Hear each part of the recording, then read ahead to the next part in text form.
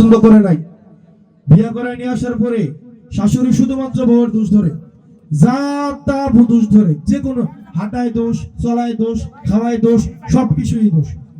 তখন বউ কি শুরু করলো? ভালোভাবে চলার চেষ্টা করলো, সবভাবে ভালো থাকতে চায়।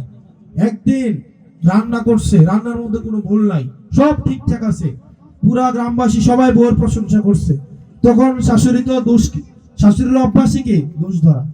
তখন শাশুড়ি কয় কি, এত ভালো ভালো না, মানে দোষ যেহেতু ধরতেই হবে, কোনো না একটা দোষ বার করতেই হবে নাকি। হাসনাত আব্দুল্লাহর কোনো দোষ খুঁজে পায় না, কারণ তার লগে চাঁদাবাজ ধান্দাবাজ নাই, সে চাঁদাবাজদের উপরে নির্ভর করতেছে না। এখন একটা দোষ খুঁজে বের করছে। দোষটা কি?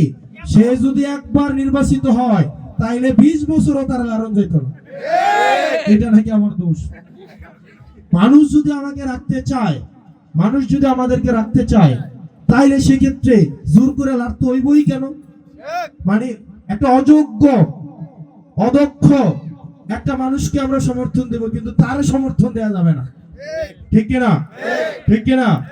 শোনেন, আল্লাহ যাকে সিলেক্ট করে, আল্লাহ যাকে পছন্দ করে, জনগণ যাকে চায়, দুনিয়ার সকল শক্তি মিলেও তাকে আটকাইতে পারবে না। ঘরে ঘরে জোয়ার উঠেছে, মানুষ নিজে এসে খাচ্ছে, চাকরি থেকে ছুটি নিয়ে আসছে, ঢাকা থেকে ইউনিভার্সিটি বন্ধ নিয়ে আসছে, অনেকে বিদেশ থেকে ছুটি নিয়ে আসছে মালিকের সাথে ঝগড়া করে, শুধুমাত্র হাসনাত আব্দুল্লাহ শাপলা করে নির্বাচন করার জন্য। সুতরাং এই জনজোয়ার আপনারা কিভাবে আটকাবেন?